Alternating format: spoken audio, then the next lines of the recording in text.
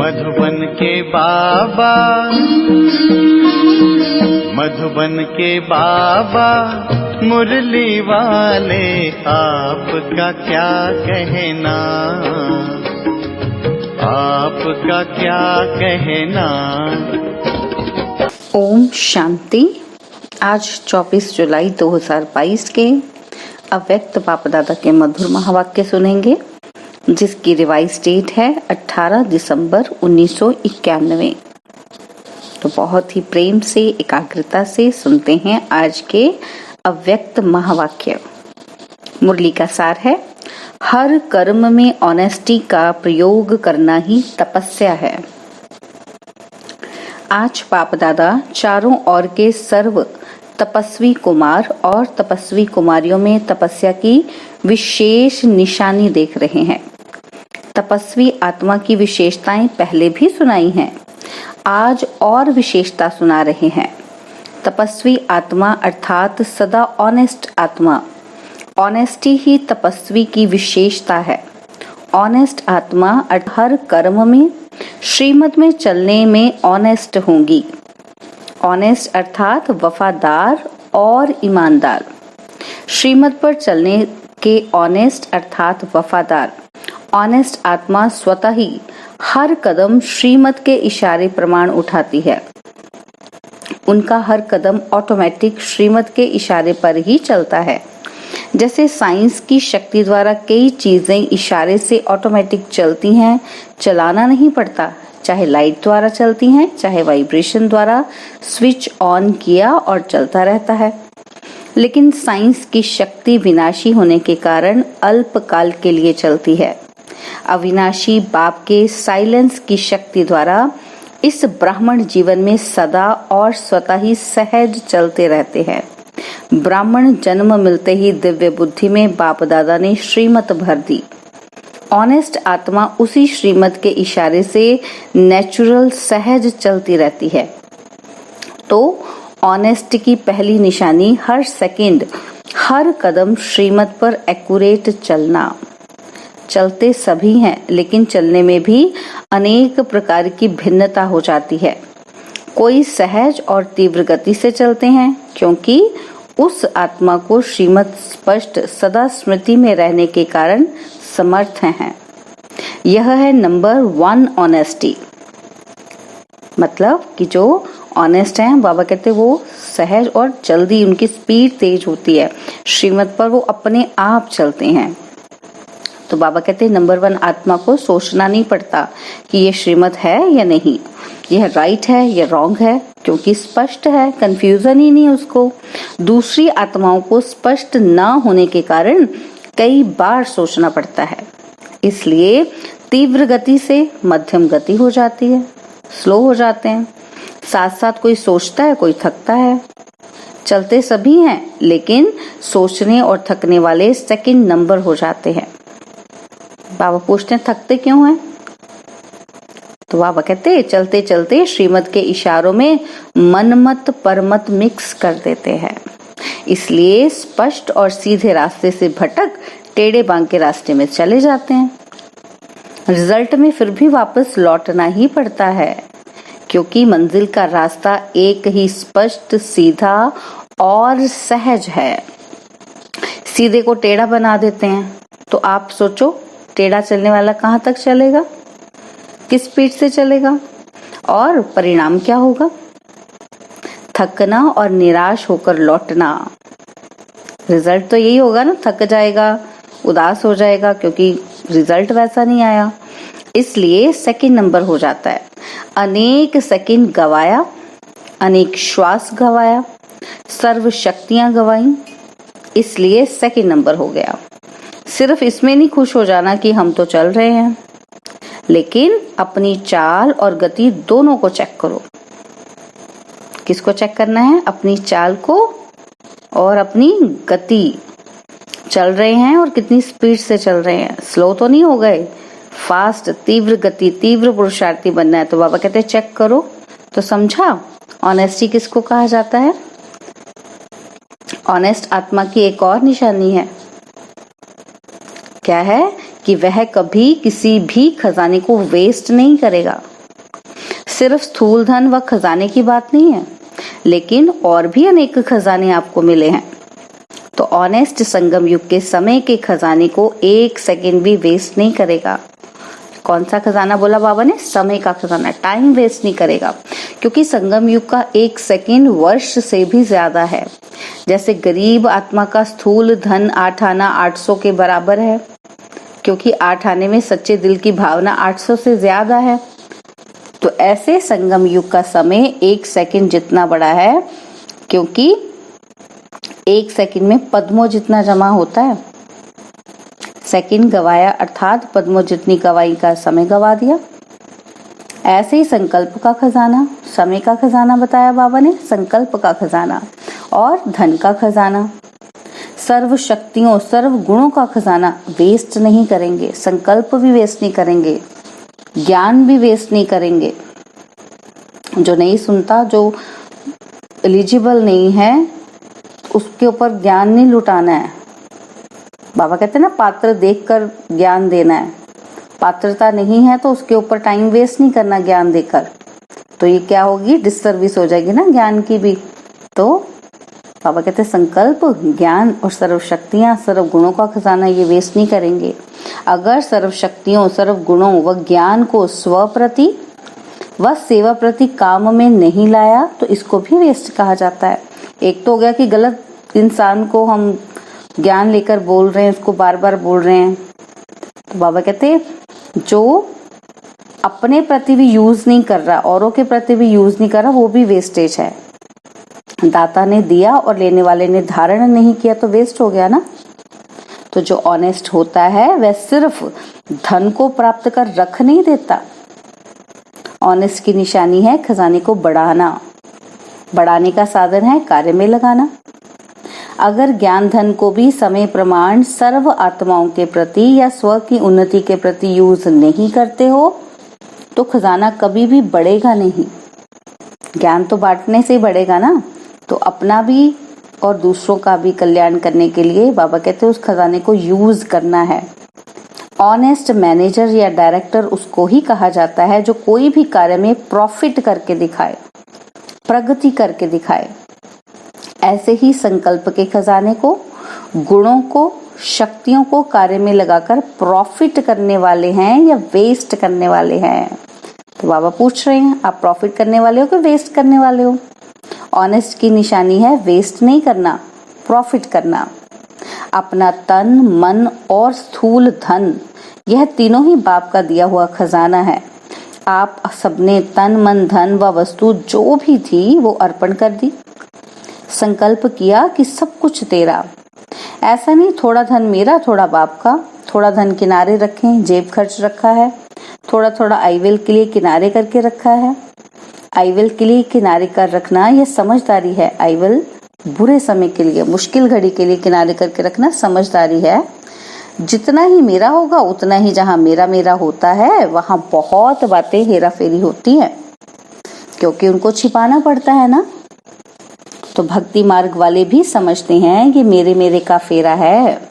इसलिए जब सब कुछ तेरा कह दिया तो फिर कोई भी तन, मन या धन, वस्तु, सिर्फ धन नहीं, वस्तु भी धन है। वस्तु बनती किससे है? धन से ही बनती है ना। तो कोई भी वस्तु, कोई भी स्थूल धन, कोई भी मन से संकल्प और तन से व्यर्थ कर्म करना या व्यर्थ समय गंवाना तन द्वारा, यह भी वेस्ट में गिना जाएगा। तो ऑनेस्ट तन को भी व्यर्थ की तरफ नहीं लगाते, शरीर से भी कोई ऐसा कार्य नहीं करते कि जो वेस्ट हो। संकल्प को भी वेस्ट में नहीं लगाते। जहां भी रहते हो, चाहे प्रवृत्ति वाले हैं, चाहे सेंटर वाले हैं, चाहे मधुबन वाले हैं, सबका तन मन धन बाप का है। वह प्रवृत्ति वाले समझते हैं कि हम समर्पण तो है ही नहीं, तो मेरा ही है। नहीं, यह तो बाप की अमानत है। तो ऑनेस्टी अर्थात अमानत में कभी भी खयानत नहीं करें। वेस्ट करना अर्थात अमानत में खयानत करना। ऑनेस्ट की निशानी वह अमानत में कभी भी खयानत नहीं कर सकता। छोटी सी वस्तु को भी वेस्ट नहीं करेगा। कई बार अपने बुद्धि के अलबेलेपन के कारण व शरीर द्वारा कार्य में अलबेलेपन के कारण छोटी छोटी वस्तु वेस्ट भी हो जाती है। फिर ये सोचते हैं कि मैंने ये जानबूझकर नहीं किया लेकिन हो गया, अर्थात अलबेलापन, केयरलेसनेस। तो बाबा कहते चाहे बुद्धि का हो चाहे शरीर की मेहनत का अलबेलापन हो, दोनों प्रकार का अलबेलापन वेस्ट कर देता है। तो वेस्ट नहीं करना है, 1 से 10 गुना बढ़ाना है, ना कि वेस्ट करना है। जिसको बाप दादा सदा एक स्लोगन में कहते हैं, कम खर्चा बाला नशीन। तो ये है बढ़ाना और वो है गवाना। ऑनेस्ट अर्थात तन मन और धन को सदा सफल करने वाला, यह है ऑनेस्ट आत्मा की निशानी। तो तपस्वी आत्मा अर्थात यह सब ऑनेस्टी की विशेषताएं हर कर्म में प्रयोग में आवे। ऐसे नहीं कि समाया हुआ तो सब है, जानते भी सब हैं, लेकिन नहीं। तपस्या योग का अर्थ ही है प्रयोग में लाना। अगर इन विशेषताओं को प्रयोग में नहीं लाते तो प्रयोगी नहीं, तो योगी भी नहीं। ये सब खजाने बाप दादा ने प्रयोग करने के लिए दिए हैं, और जितना प्रयोगी बनेंगे तो प्रयोगी की निशानी है प्रगति। अगर प्रगति नहीं होती तो प्रयोगी नहीं। प्रगति अर्थात उन्नति। तो बाबा कहते हैं अगर उन्नति ही नहीं हुई, इसका मतलब आपने योग का प्रयोग ही नहीं किया।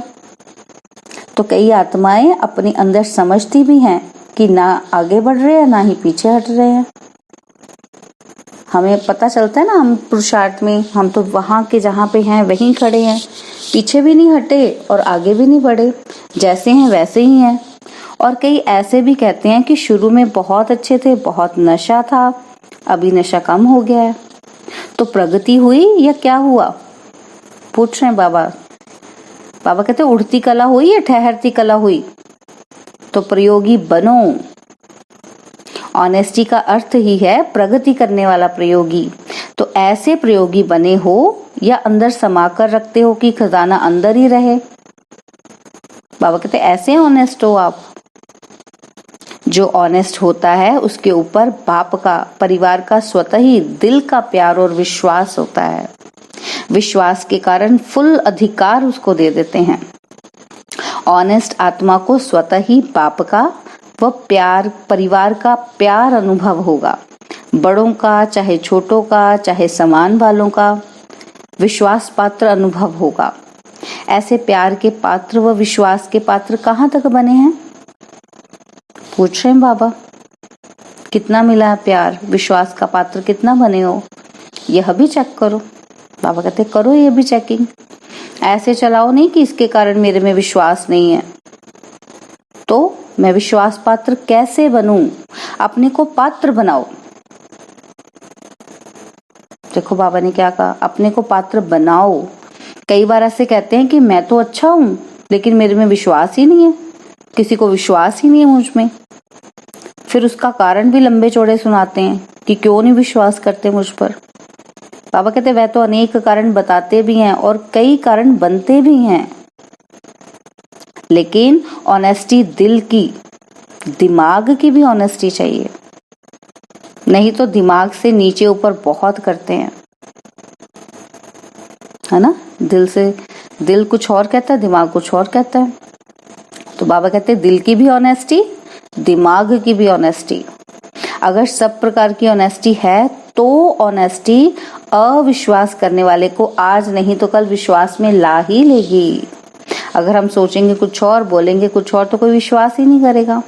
लेकिन अगर किसी को हमारे पर विश्वास नहीं है लेकिन हम फिर भी जैसा सोचते हैं वैसा ही करते हैं, तो बाबा कहते हैं जो विश्वास नहीं भी करते वो भी समय आने पर विश्वास करने लग जाएंगे।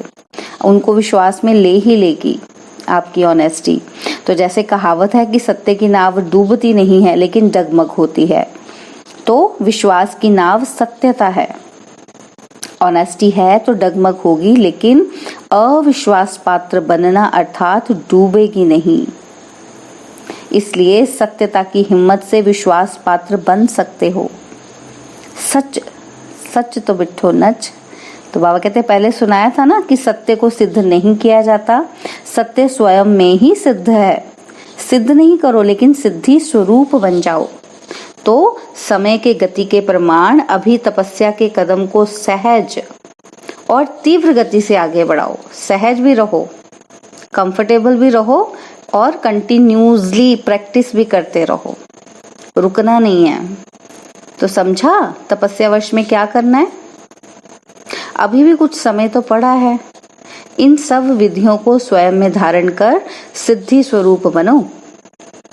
अच्छा, सब ऑनेस्ट आत्माओं को, सदा सर्व खजानों को कार्य में आगे बढ़ाने वाली आत्माओं को, सदा तन मन धन को यथार्थ विधि से कार्य में लगाने वाली आत्माओं को, सदा अपने को विश्वास और प्यार के पात्र बनाने वाली आत्माओं को, सदा वेस्ट को बेस्ट में परिवर्तन करने वाली श्रेष्ठ आत्माओं को, देश विदेश में दूर बैठे हुए भी समीप सम्मुख बैठी आत्माओं को बाप दादा का याद प्यार और नमस्ते।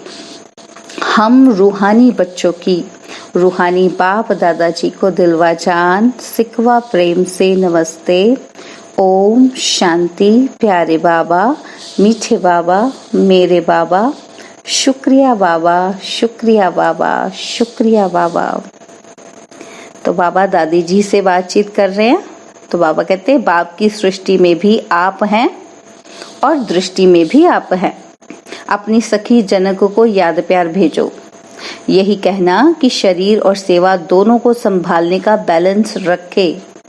अटेंशन रखना, क्योंकि आगे भी समय नाजुक आएगा। शरीर नाजुक होते जाएंगे और सेवा अधिक होती जाएगी।